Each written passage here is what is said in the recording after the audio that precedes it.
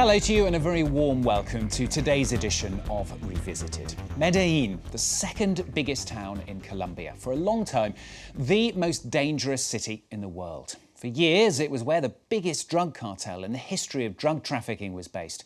In Medellin, there is a before and an after Pablo Escobar. Back in the 1980s, and the one nicknamed El Patron, or Don Pablo, was the pioneer of drug trafficking. He controlled the export of cocaine into the US and led an empire based on corruption and murder. His killers imposed their own law, murdering anyone who stood in their way. At the start of the 90s, more than 6,000 people were being killed every year. Medellin was hell. Escobar, perhaps the most wanted man on the planet.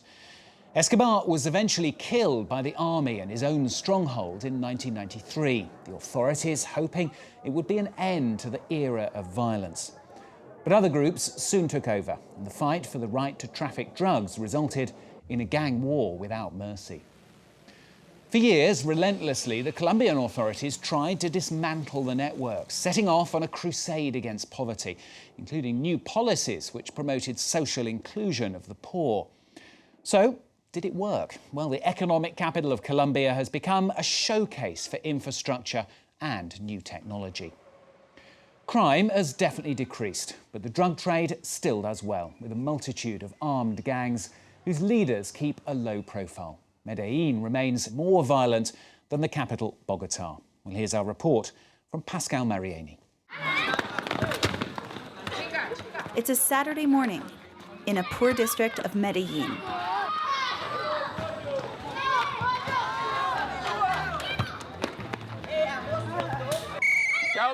Only 1 minute left, kids. The kids don't have any field in the neighborhood. The city refuses to build one because this neighborhood was founded by Pablo Escobar.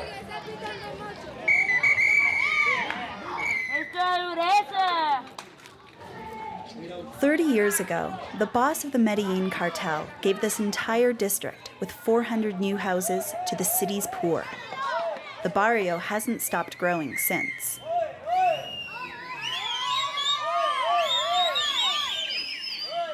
Most of the people who live here work occasional jobs. But WBERNEY works for the city's youth and sports department. Okay, let's shoot penalties. The first to score wins.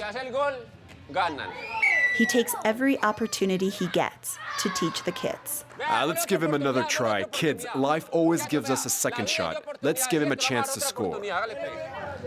And with a little bit of help, he wins.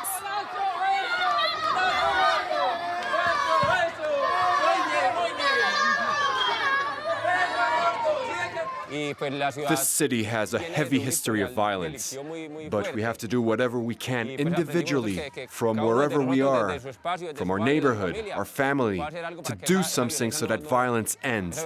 These kids will probably grow to be old enough to become adults and have an idea. A few years ago, no one would have bet on it, because they would die before reaching adulthood. They would kill one another. We want everyone here to die of old age and to stop killing one another. It's not easy to keep these kids away from the gangs and the lure of easy money. That's Pablo Escobar's sad legacy.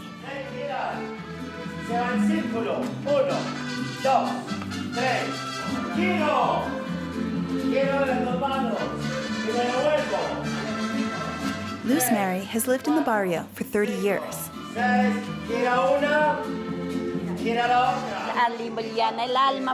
Our souls feel lighter. We forget our problems. We leave here feeling cleansed. But Luz Mary can't forget the Godfather. 20 years after his death, Escobar's ghost still hangs over Medellin. This is the entrance to the neighborhood. Welcome to Pablo Escobar neighborhood. Here we breathe peace. And this has been true for quite a few years because violence has gone down.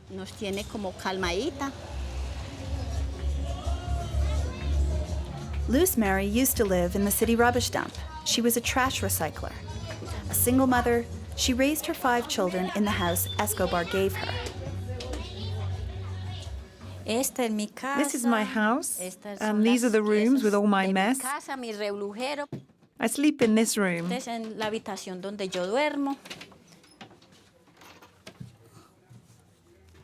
For me, he's the Colombian Robin Hood. He took from the rich to give to us, the poor. He's the only one to have done something to get us out of the poverty and misery in which we lived. But he was a Robin Hood who also caused thousands of deaths. Though hated by most Colombians, there are many in Medellin who still revere him, like in WBERNEY's house on the other side of the street.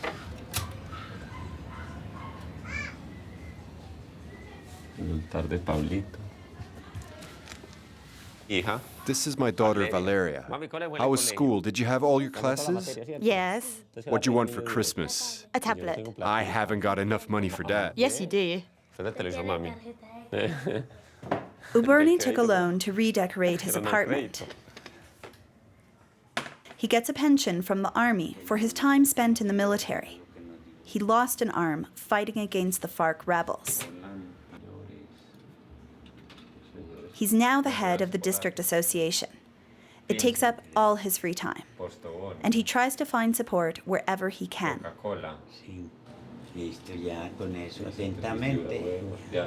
I fight for my city from my neighborhood, because if my neighborhood is doing well, it benefits to the whole of the city.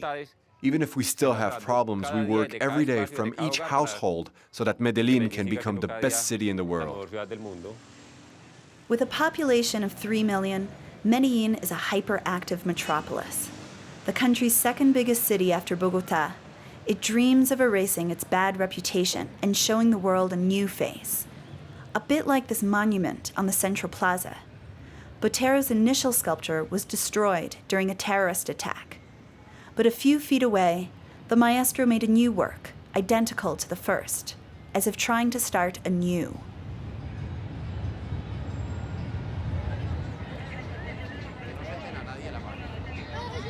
WBERNEY often takes the local kids to explore their city. They leave from the city center to the metro cable in the north. The cable car links the poor districts and has become a tourist attraction.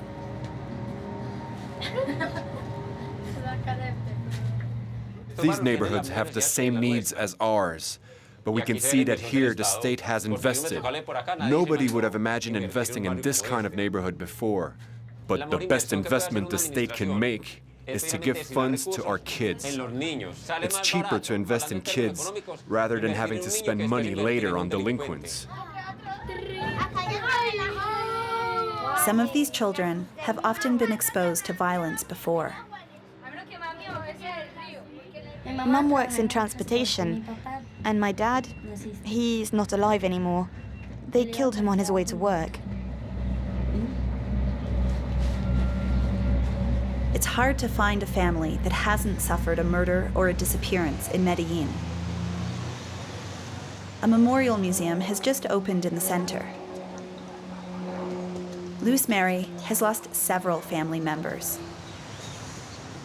This is Nicolas Valencia. He was the father of my nephew Daniel. Next to him is Jose Luis Vasquez, that's my brother. And the following one, Octavio Valencia, he's my nephew. Nicolas, they wanted to steal his house, and they paid 20 euros to have him killed. They killed him as he was leaving his home. And Jose Luis, they say it was Pablo Escobar's men who killed him. Luz Mary's friends are all relatives of victims. They're being trained by the Memorial Museum as volunteer guides.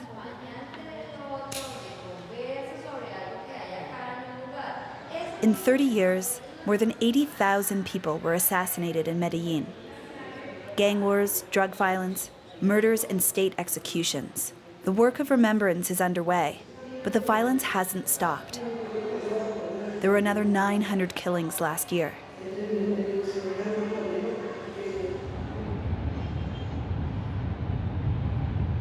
But if there's one thing that brings the people of Medellin together, it's love for their city. They're proud of their metro, the only one in Colombia. Let's stay together, please. Let's get in here, okay?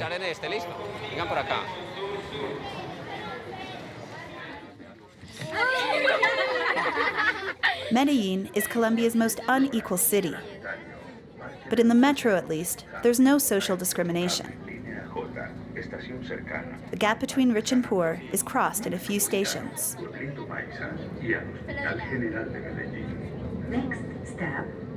Last stop, a mall in the rich neighborhood to the south of the city. This is a whole different world for these kids. Do you like this neighborhood? More or less. Why? Because the people here are very arrogant, and they don't know how to share. WBERNEY wants the Escobar district children to get to know this part of the city too, and to grow up without feeling bitter. We can look at everything, but everything is expensive here, and we don't have any money to buy anything, right? We want you to discover a different culture than ours and our neighborhood. Look how everything is different here. Look at the buildings. Then you will be able to tell your friends what you saw here. Kids, no need to run.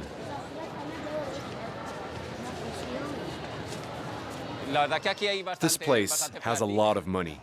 There's everything we don't have. Lots of technology, lots of progress, lots of money.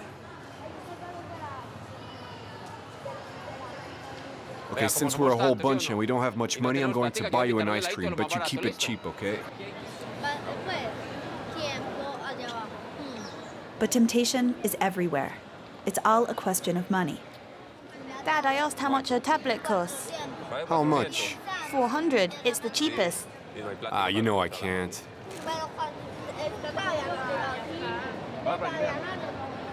There's no money, but he doesn't envy the rich. I wouldn't change my life in my neighborhood for a life in a rich neighborhood like this one. I like to come here to compare, but my neighborhood is my land, my home, my house. Carolina was born in the other Medellin and lives in a wealthy, gated community. She wouldn't change her life for WBERNEY's either.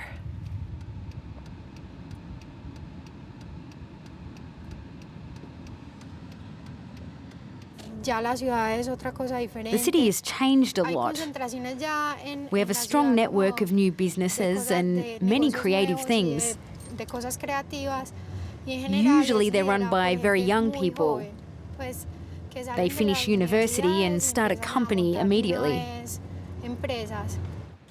Carolina is 32 and has started her own brand of shoes. She's opened up 3 shops in upscale parts of the city. The idea was to start something that would create jobs. So everything is made in Colombia.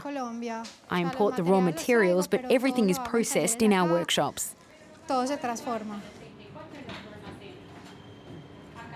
She makes her own designs. Women here like to have manicured nails. They're fancy. It's beautiful, it's very feminine. And this is good for me because they want to show their feet, so I can diversify my designs. Girls want to be pretty and they spend a lot on fashion. She's a shopaholic.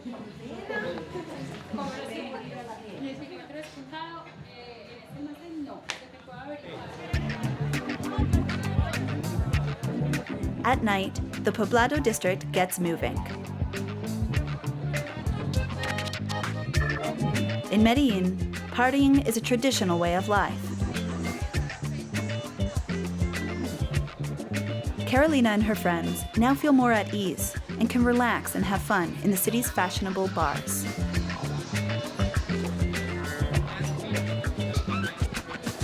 The owners of this place are a couple from California.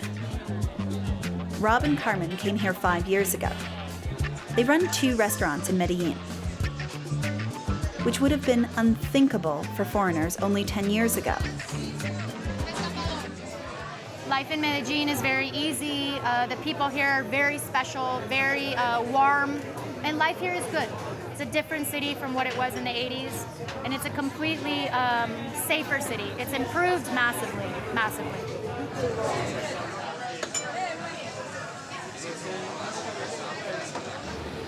WBERNEY is up early this morning. He doesn't want to miss a generous offer. They're going to hand out 30,000 presents for kids in Medellin. The politicians help people. They give us notebooks when school starts and presents for the kids at Christmas. That's the kind of politicians we need.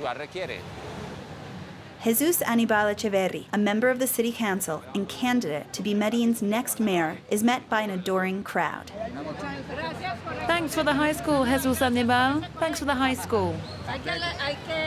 But getting involved in politics has its complications.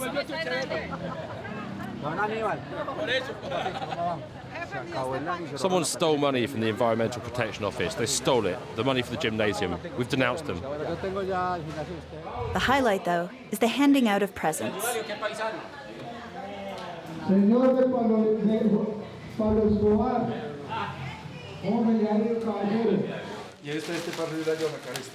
God bless you.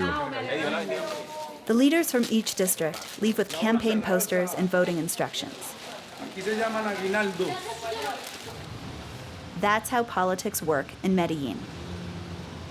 The Escobar years are over, but the city is still looking for guardian angels.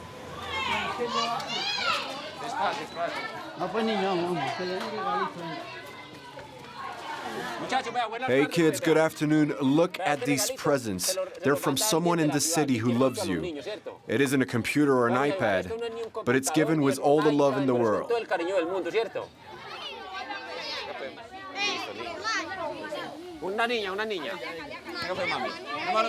In the Escobar days, the kids were a bit more spoiled. Today, they won't get a spectacular present from a powerful stranger. But at least their role model isn't a criminal. The changing face of Medellin in Colombia. Well, that's all for this edition of Revisited. More, of course, coming up here on France 24 soon. So do stay with us if you can.